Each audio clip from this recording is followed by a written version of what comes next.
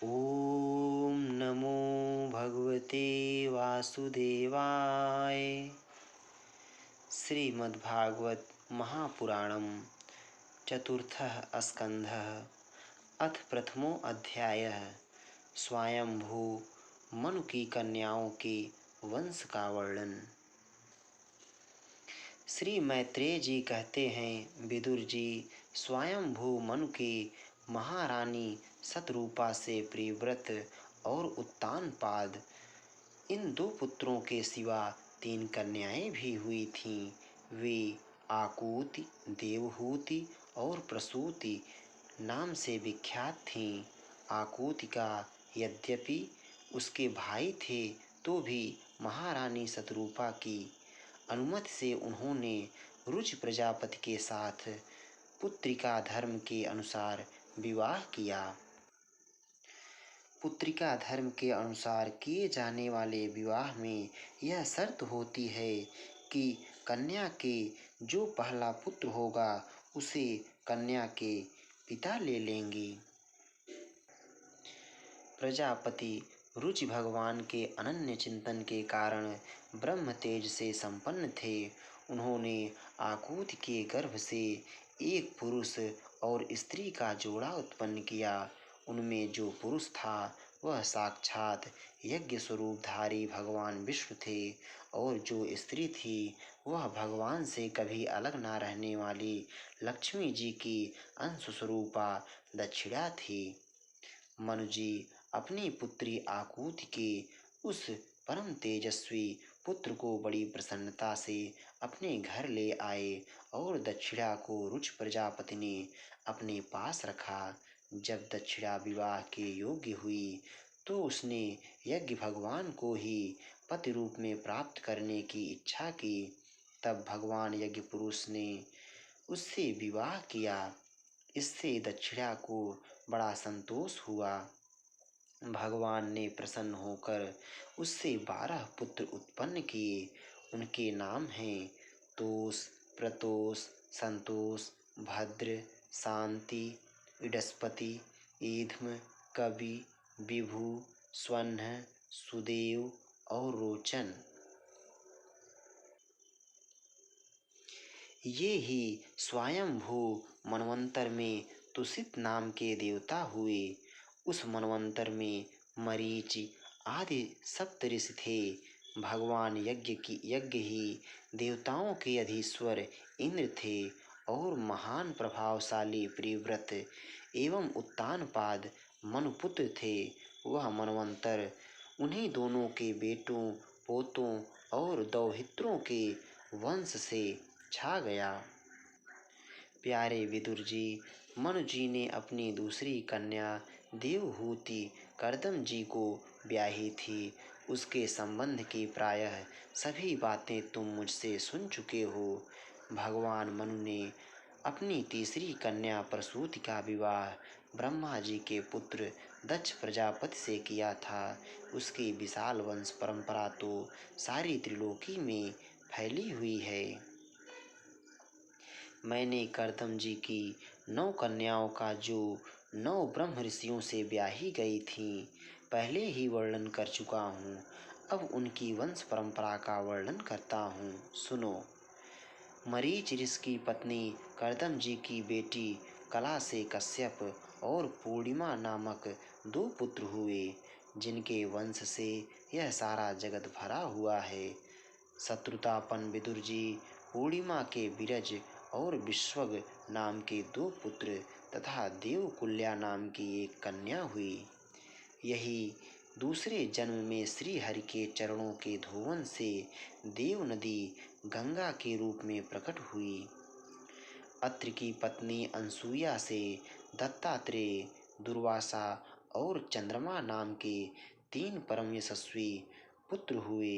ये क्रमशः भगवान विष्णु, शंकर और ब्रह्मा के अंश से उत्पन्न हुए थे। विदुर जी ने पूछा, गुरु जी, कृपया यह बतलाइए कि जगत की उत्पत्ति, स्थिति और अंत करने वाले इन सर्वश्रेष्ठ देवों ने अत्रि मुनि के यहाँ क्या करने की इच्छा से अवतार लिया था। श्री मैत्रेय जी ने कहा, जब ब्रह्मा जी ने ब्रह्म ज्ञानियों में श्रेष्ठ महर्षि अत्रि को सृष्टि रचने के लिए आज्ञा दी, तब वे अपने सहधर्मिणी के सहित तप करने के लिए ऋक्ष नामक कुल पर्वत पर गए। वहाँ पलाश और अशोक के वृक्षों का एक विशाल वन था। उसके सभी वृक्ष फूलों के गुच्छों से लदे थे तथा उसमें सब ओर निर्विंध्या नदी के जल की कलकल ध्वनि गूंजती रहती थी। उस वन में वे मुनिश्रेष्ठ प्राणायाम के द्वारा चित्त को वश में करके 100 वर्ष तक केवल वायु पीकर सर्दी गर्मी आदि द्वंद्वों की कुछ भी परवाह न कर एक ही पैर से खड़े रहे। उस समय वे मन ही मन यही प्रार्थना करते थे कि जो कोई संपूर्ण जगत के ईश्वर हैं, मैं उनकी शरण में हूँ, वे मुझे अपने ही समान संतान प्रदान करें। तब यह देख कर कि प्राणायाम रूपी ईंधन से प्रज्वलित हुआ अत्रि मुनि का तेज उनके मस्तक से निकलकर तीनों लोकों को तपा रहा है, ब्रह्मा विष्णु और महादेव तीनों जगतपति उनके आश्रम पर आए। उस समय अप्सरा मुनि गंधर्व सिद्ध विद्याधर और नाग उनका सुयश गा रहे थे। उन तीनों का एक ही साथ प्रादुर्भाव होने से अत्रि मुनि का अंतःकरण प्रकाशित हो उठा। उन्होंने एक पैर से खड़े खड़े ही उन देवों को देखा और फिर पृथ्वी पर दंड के समान लौटकर प्रणाम करने के अनंतर अर्घ्य पुष्पादि पूजन की सामग्री हाथ में ले उनकी पूजा की। वे तीनों अपने अपने वाहन हंस गरुण और बैल पर चढ़े हुए तथा अपने कमंडलु चक्र त्रिशूल आदि चिन्हों से सुशोभित थे। उनकी आंखों से कृपा की वर्षा हो रही थी। उनके मुख पर मंद हास्य की रेखा थी जिससे उनकी प्रसन्नता झलक रही थी। उनके तेज से चौंधिया कर मुनिवर ने अपनी आंखें मूंद ली। वे चित्त को उन्हीं की ओर लगाकर हाथ जोड़ अति मधुर और सुंदर भावपूर्ण वचनों में लोक में सबसे बड़े उन तीनों देवों की स्तुति करने लगे। अत्रि मुनि ने कहा, भगवन, प्रत्येक कल्प के आरंभ में जगत की उत्पत्ति स्थिति और लय के लिए जो माया के सत्व आदि तीनों गुणों का विभाग करके भिन्न भिन्न शरीर धारण करते हैं, वे ब्रह्मा विष्णु और महादेव आप ही हैं। मैं आपको प्रणाम करता हूँ। कहिए, मैंने जिनको बुलाया था आप में से वे कौन महानुभाव हैं? क्योंकि मैंने तो संतान प्राप्त की इच्छा से केवल एक सुरेश्वर भगवान का ही चिंतन किया था। फिर आप तीनों ने यहाँ पधारने की कृपा कैसे की? आप लोगों तक तो देहधारियों के मन की भी गति नहीं है, इसलिए मुझे बड़ा आश्चर्य हो रहा है। आप लोग कृपा करके मुझे इसका रहस्य बतलाइए।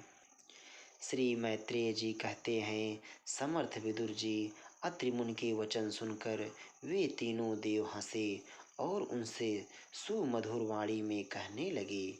देवताओं ने कहा, ब्राह्मण, तुम सत्य संकल्प हो, अतः तुमने जैसा संकल्प किया था वही होना चाहिए। उससे विपरीत कैसे हो सकता था? तुम जिस जगदीश्वर का ध्यान करते थे वह हम तीनों ही हैं। प्रिय महर्षि, तुम्हारा कल्याण हो। तुम्हारे यहाँ हमारे ही अंश स्वरूप 3 जगत विख्यात पुत्र उत्पन्न होंगे और तुम्हारे सुंदर यश का विस्तार करेंगे। उन्हें इस प्रकार अभीष्ट वर देकर तथा पति पत्नी दोनों से भली भांति पूजित होकर उनके देखते ही देखते वे तीनों सुरेश्वर अपने अपने लोकों को चले गए। ब्रह्मा जी के अंश से चंद्रमा, विष्णु के अंश से योगवेत्ता दत्तात्रेय जी और महादेव जी के अंश से दुर्वासा ऋषि अत्रि के पुत्र रूप में प्रकट हुए अब अंगिरा ऋषि की संतानों का वर्णन सुनो। अंगिरा की पत्नी श्रद्धा ने सिनीवाली, कुहुराका और अनुमति इन 4 कन्याओं को जन्म दिया। इनके सिवा उनके साक्षात भगवान उतथ्य जी और ब्रह्मनिष्ठ बृहस्पति जी ये 2 पुत्र भी हुए, जो स्वारोचिस मनवंतर में विख्यात हुए। पुलस्त्य जी के उनकी पत्नी हविर्भू से महर्षि अगस्त्य और महातपस्वी विश्रवा ये 2 पुत्र हुए। इनमें अगस्त्य जी दूसरे जन्म में जठराग्नि हुए। विश्रवा मुनि के इडविडा के गर्भ से यक्षराज कुबेर का जन्म हुआ और उनकी दूसरी पत्नी केसनी से रावण, कुंभकर्ण एवं विभीषण उत्पन्न हुए।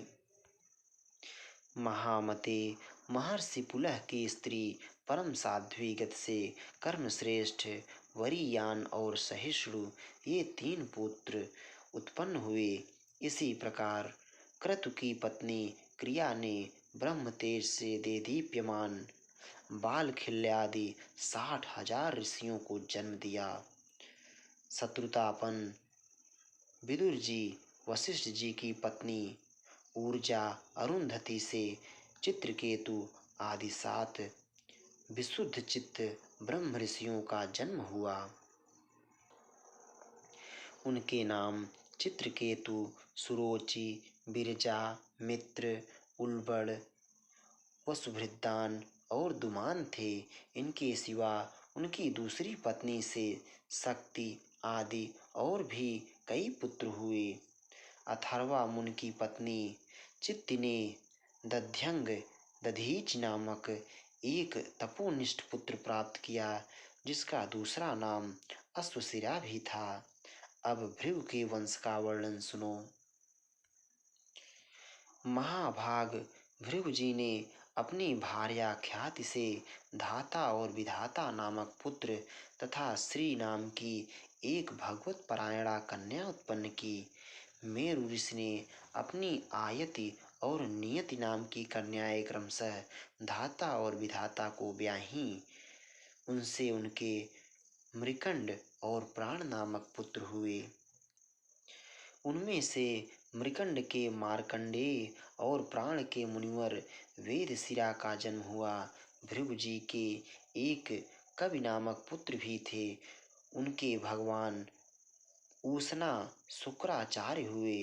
विदुर जी इन सब मुनीश्वरों ने भी संतान उत्पन्न करके सृष्टि का विस्तार किया। इस प्रकार मैंने तुम्हें यह कर्दम जी के दौहित्रों की संतान का वर्णन सुनाया। जो पुरुष इसे श्रद्धा पूर्वक सुनता है, उसके पापों को यह तत्काल नष्ट कर देता है। ब्रह्मा जी के पुत्र दक्ष प्रजापति ने मनुनंदिनी प्रसूति से विवाह किया। उससे उन्होंने सुंदर नेत्रों वाली 16 कन्याएं उत्पन्न की। भगवान दक्ष ने उनमें से 13 धर्म को, एक अग्नि को, एक समस्त पितृगण को और एक संसार का संहार करने वाले तथा जन्म मृत्यु से छुड़ाने वाले भगवान शंकर को दी। श्रद्धा, मैत्री, दया, शांति, तुष्टि, पुष्टि, क्रिया, उन्नति, बुद्धि, मेधा, तितिक्षा, ह्रीय और मूर्ति ये धर्म की पत्नियां हैं। इनमें से श्रद्धा ने शुभ, मैत्री ने प्रसाद, दया ने अभय, शांति ने सुख, तुष्टि ने मोद और पुष्टि ने अहंकार को जन्म दिया। क्रिया ने योग, उन्नति ने दर्प, बुद्धि ने अर्थ, मेधा ने स्मृति, तितिक्षा ने क्षेम और ह्रीय लज्जा ने प्रश्रय यानी विनय नामक पुत्र उत्पन्न किया। समस्त गुणों की खान मूर्ति देवी ने नर नारायण ऋषियों को जन्म दिया। इनका जन्म होने पर इस संपूर्ण विश्व ने आनंदित होकर प्रसन्नता प्रकट की। उस समय लोगों के मन, दिशाएं, वायु, नदी और पर्वत सभी में प्रसन्नता छा गई। आकाश में मांगलिक बाजे बजने लगे, देवता लोग फूलों की वर्षा करने लगे, मुनि प्रसन्न होकर स्तुति करने लगे, गंधर्व और किन्नर गाने लगे, अप्सराएं नाचने लगीं। इस प्रकार उस समय बड़ा ही आनंद मंगल हुआ तथा ब्रह्मा आदि समस्त देवता स्तोत्रों द्वारा भगवान की स्तुति करने लगे। देवताओं ने कहा, जिस प्रकार आकाश में तरह तरह के रूपों की कल्पना कर ली जाती है, उसी प्रकार जिन्होंने अपनी माया के द्वारा अपने ही स्वरूप के अंदर इस संसार की रचना की है और अपने उस स्वरूप को प्रकाशित करने के लिए इस समय इस ऋषि विग्रह के साथ धर्म के घर में अपने आप को प्रकट किया है, उन परम पुरुष को हमारा नमस्कार है। जिनके तत्व का शास्त्र के आधार पर हम लोग केवल अनुमान ही करते हैं, प्रत्यक्ष नहीं कर पाते, उन्हीं भगवान ने देवताओं को संसार की मर्यादा में किसी प्रकार की गड़बड़ी ना हो इसीलिए सत्वगुण से उत्पन्न किया है। अब वे अपने करुणामय नेत्रों से जो समस्त शोभा और सौंदर्य के निवास स्थान निर्मल दिव्य कमल को भी नीचा दिखाने वाले हैं, हमारी ओर निहारें। प्यारे विदुर जी, प्रभु का साक्षात दर्शन पाकर देवताओं ने उनकी इस प्रकार स्तुति और पूजा की। तदनंतर भगवान नर नारायण दोनों गंधमादन पर्वत पर चले गए। भगवान श्री हरि के अंशभूत वे नर नारायण ही इस समय पृथ्वी का भार उतारने के लिए यदुकुल भूषण श्री कृष्ण और उन्हीं के सरीखे श्याम वर्ण कुरुकुल तिलक अर्जुन के रूप में अवतीर्ण हुए हैं। अग्निदेव की पत्नी स्वाहा ने अग्नि के ही अभिमानी पावक पवमान और शुचि ये 3 पुत्र उत्पन्न किए। ये तीनों ही हवन किए हुए पदार्थों का भक्षण करने वाले हैं। इन्हीं तीनों से 45 प्रकार के अग्नि और उत्पन्न हुए। ये ही अपने 3 पिता और 1 पितामह को साथ लेकर 49 अग्नि कहलाए। वेदज्ञ ब्राह्मण वैदिक यज्ञ कर्म में जिन 49 अग्नियों के नामों से आग्नेय इष्टियां करते हैं, वे ये ही हैं: अग्निस्वात, बहिर्सद, सोमप और आज्यप ये पितर हैं। इनमें साग्निक भी हैं और निरग्निक भी। इन सब पितरों की पत्नी दक्ष कुमारी स्वधा हैं। इन पितरों से स्वधा के धारिणी और वयुना नाम की 2 कन्याएं हुईं। वे दोनों ही ज्ञान विज्ञान में पारंगत और ब्रह्म ज्ञान का उपदेश करने वाली हुईं। महादेव जी की पत्नी सती थीं। वे सब प्रकार से अपने पतिदेव की सेवा में संलग्न रहने वाली थीं, किंतु उनके अपने गुण और शील के अनुरूप कोई पुत्र नहीं हुआ, क्योंकि सती के पिता दक्ष ने बिना ही किसी अपराध के भगवान शिव के प्रतिकूल आचरण किया था।